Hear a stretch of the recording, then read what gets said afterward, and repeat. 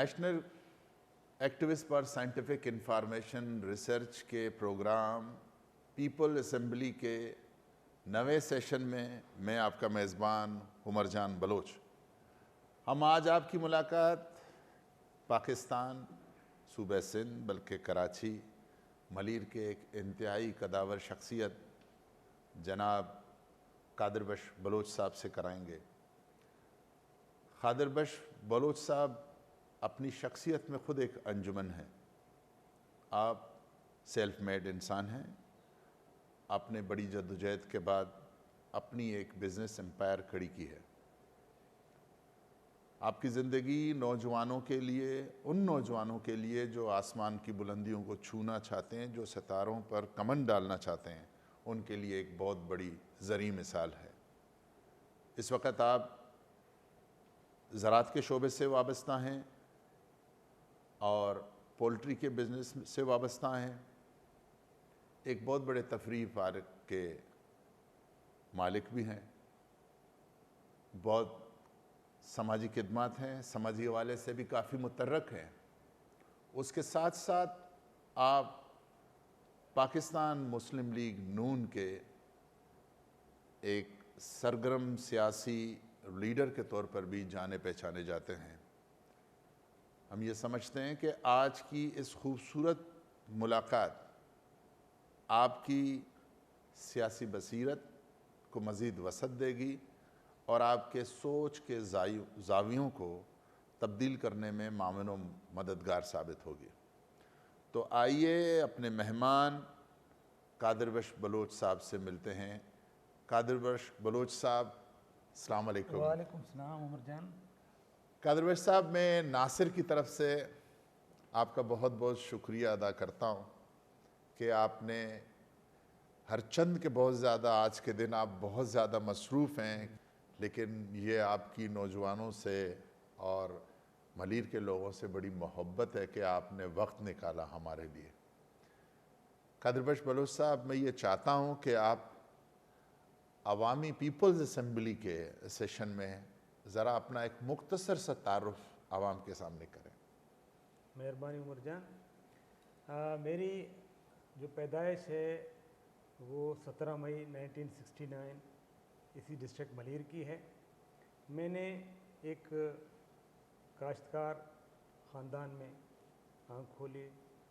मेरे वालिद साहब जो है ना काश्तकारी करते थे। काश्तकारी के बाद उन्होंने एक परचून की दुकान खोली और मैंने जो है मेरे वालिद साहब का, मैं जब सिर्फ 11 साल की उम्र का था, मेरे वालिद साहब का इंतकाल हुआ और उसके फ़ौरन बाद 3 साल बाद 1983 में हमारे ख़ानदान में एक वाक़या हुआ। बल्दियाती इलेक्शन हो रहे थे ज़िया-उल-हक़ के दौर में।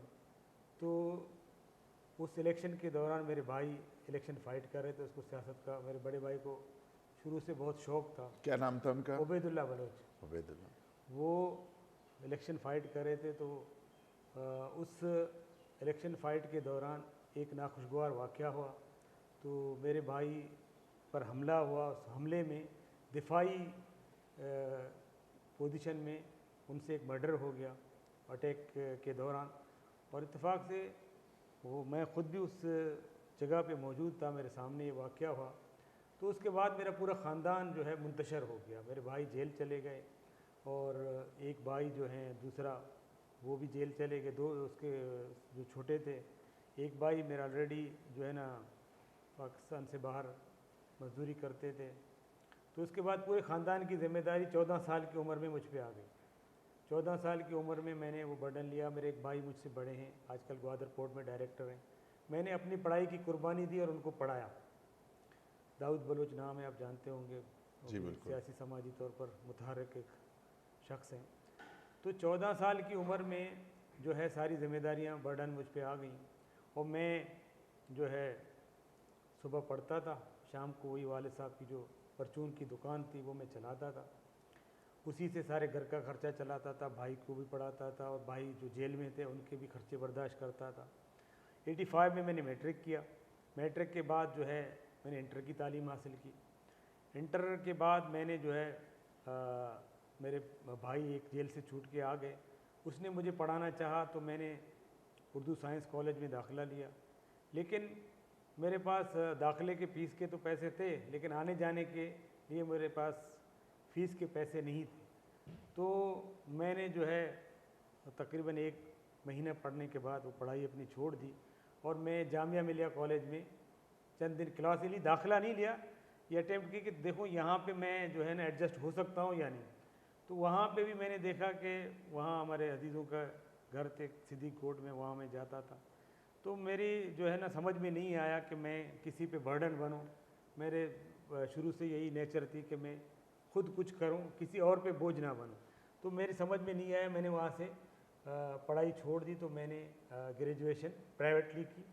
प्राइवेट ग्रेजुएशन करने के बाद मैंने जो है फिर भाई ने कहा आप जाके पढ़े। मैंने यूनिवर्सिटी से फॉर्म ले आया। फॉर्म लेने के बाद मैंने सारी अपनी उसकी फिजिबिलिटी बनाई कि काठौर से मैं ट्रैवल करूँगा, वहाँ जाऊँगा, वापस आऊँगा, ये खर्चे हैं। तो मैं वो मैनेज नहीं कर पाया। ना भाई को मैंने बताया कि भाई इतने एक्सपेंसेस हैं, तो वो मैनेज नहीं हो सका। फिर मैंने ग्रेजुएशन के बाद जो है दाखिला अपना पढ़ाई कंटिन्यू नहीं कर सका। तो मैंने जो है फिर दोबारा आके अपनी वही परचून की दुकान चलानी शुरू की। दुकान सुबह में दुकान चलाता था, फिर जो है उस दौरान ये मस्जिद स्कूल्स वगैरह का सिस्टम आया। तो मैंने अपना इंटरव्यू दिया एज ए टीचर, और उस इंटरव्यू में मैं पास हो गया और मेरी पहली appointment as a teacher PhD 7th grade में हो गई। और मैं सुबह स्कूल में बच्चों को पढ़ाता था, शाम को अपने परचून की दुकान चलाता था, इस तरह घर का खर्चा चलाता था। तो ये सिलसिला कोई 89 से लेके 94 तक चलता रहा। 94 में हमारे इलाके में थोड़ा सा पोल्ट्री का बिज़नेस शुरू हुआ। तो मैंने उसमें किस्मत आजमाई की कोशिश की। स्कूल टीचर होने के बावजूद और शाम को परचून की दुकान चलाने के बावजूद मैंने कहा चलो इसमें भी अटेम्प्ट करते हैं। तो मैंने उसमें जो है काम शुरू किया। फिर अल्लाह ताला ने जो है मेरी मदद की, और मैं जो है जो काम मैंने बेसिकली बहुत छोटे लेवल से शुरू किया, अल्हम्दुलिल्लाह आज मेरा कारोबार पोल्ट्री बिज़नेस का पूरे पाकिस्तान में फैला हुआ है। और पाकिस्तान के लेवल तक जो है मैं समझता हूँ कि मैं एक बहुत बड़ा पोल्ट्री का बिज़नेस को रिप्रेजेंट करता हूँ। उसके अलावा जो है पॉलिटिकली भी फिर जो है मेरा पॉलिटिकल करियर के हवाले से आपको बता दूं कि मैं स्टूडेंट लाइफ में जब पढ़ते थे मैट्रिक और इंटर, उस दौरान मैं पॉलिटिकली जो है स्टूडेंट ऑर्गेनाइजेशंस उस ज़माने में होता था। आपको पता है स्टूडेंट पॉलिटिक्स उस टाइम पे बहुत सरगर्म होती थी। बलोच स्टूडेंट ऑर्गेनाइजेशन से मैंने अपने पॉलिटिकल करियर का आगाज़ किया। BSO से जब मैं अपनी पोल्ट्री बिजनेस शुरू की तो शहीद अब्दुल्ला मुराद से भी मेरा ताल्लुक़ जुड़ा कोई 2000-2001 में, और मैं उसके साथ पाकिस्तान पीपल्स पार्टी में भी पॉलिटिक्स करने लगा। उसको जीतने के बाद मैंने इस्तकबालिया दिया काठौर में उसको, और साजिद जी को पहला इस्तकबालिया मैंने दिया। एक और प्रोग्राम हमने पोल्ट्री के हवाले से भी शहीद अब्दुल्ला मुराद साहब के साथ मिल के अपना 12 दरी में किया था जब ये बर्ड फ्लू का मसला आया था। तो पॉलिटिकल कैरियर मेरा जो है सेकंड फेज़ में 2000-2001 में शुरू हुआ। लेकिन उन बदकिस्मती से उन्हीं दिनों शहीद अब्दुल्ला मुराद की शहादत हुई, और उनकी शहादत के बाद फिर मैंने पॉलिटिक्स को बहुत लंबे अरसे के लिए खैरबाद कह दिया और अपने फैमिली और बिज़नेस पे कंसंट्रेशन करने लगा। और 2015 में जब दोबारा हमारे इलाकों में जो है बैरिया टाउन के हवाले से मामलात शुरू हुए, तो मैंने महसूस किया कि अब मुझे सियासत करनी चाहिए, क्योंकि यहाँ पे जो ज़्यादतियाँ हुई, मेरा बेसिकली वहाँ बैरिया टाउन के गेट पे ऑफिस भी था, पीछे मेरे फार्मर्स की, मेरे जानने वालों की, मेरे अजीज़ों की बहुत सारी ज़मीनें थी, उन पे बैरिया टाउन का कब्ज़ा गिरत।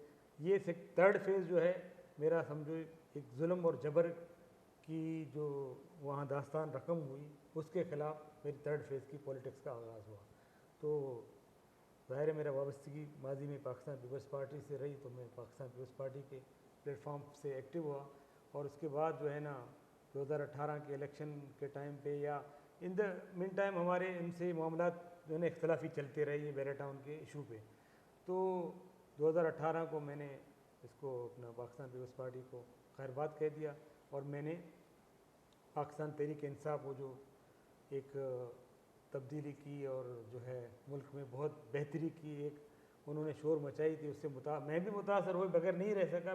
जब 22 करोड़ आवाम मुतासर हुआ तो मैं भी मुतासर हुआ और पाकिस्तान तहरीक इंसाफ का हिस्सा बना। लेकिन वहाँ की पॉलिटिक्स ने मुझे बहुत मायूस किया। मैंने वहाँ पॉलिटिकल लोग ही नहीं देखे, सिर्फ जो है वही नारे की सियासत थी, धूम धड़के की सियासत थी। लोगों को जो है सिर्फ ये जो है ढोल पीटा जा रहा था कि फलां करप्ट है, फलां चोर है। तो उसके अलावा मैंने वहाँ पे कोई पॉलिटिकल उनका विल नहीं देखा, तो मेरी मायूसी हुई और अब मैंने पाकिस्तान तहरीक इंसाफ को भी खैरबाद कह के पाकिस्तान मुस्लिम लीग नवाज़ में शमूलियत इख्तियार करने का फ़ैसला किया। कादिर बख्श साहब, ये तो आपका सियासी सफ़र था। ज़रा हमें ये बताइए कि कल के मलीर में माहौलियाती हवालों से मेरा सवाल है, कल के मलीर में आज के मलीर में क्या फ़र्क है? कल का मलीर जो है ना, कल का देखो मलीर जो है कराची का वो ज़िला है जो रकबे के लिहाज से मैं समझता हूँ सबसे बड़ा ज़िला है। और मलीर की जो तारीख़ रही है वो मलीर की तारीख़ यहाँ के एग्रीकल्चर के हवाले से रही है, यहाँ के बागात के हवाले से रही है। और ये जो है कराची का वो अहम हिस्सा है जहाँ से कराची के लोगों को फल, सब्ज़ियाँ और इस तरह की जो है लवाज़मात मलीर से ही पैदा होते थे। कराची का ऑक्सीजन कराची सिलेंडर। को ऑक्सीजन जो है प्रोवाइडर समझ लो मलीर था। सारी नदियाँ मलीर से बह के जो है समंदर में गिरती थी। लेकिन बदकिस्मती से कुछ सालों से गवर्नमेंट की तरफ से एग्रीकल्चर पे कोई ख़ास तवज्जो न होने की वजह से और कॉस्ट ऑफ प्रोडक्शन बढ़ने की वजह से, ज़ाहिर कॉस्ट ऑफ प्रोडक्शन बढ़ेगी तो वो बिज़नेस घटेगा, दुनिया का उसूल है। तो यहाँ पे जो है बिजली बहुत महंगी हो गई, एनर्जी के सारे सोर्सेज महंगे हो गए और मलीर की जो ज़मींदारी थी वो समझ लें कि एक तरह से जो है प्रॉफिटेबल नहीं रही। और इस पर जो है फिर बिल्डर माफिया का आना, बिल्डर माफिया का जो है ना यहाँ पे कब्ज़ा गिरियत, यहाँ पे ज़मीनों के हवाले से जो है एक कंपटीशन बिल्डर माफिया में बिल्ड हुआ, उसकी वजह से रेट्स बढ़ गए। तो ज़ाहिर इंसान है वो सोचता है अपनी बेहतरी, अपने बच्चों की बेहतरी के हवाले से।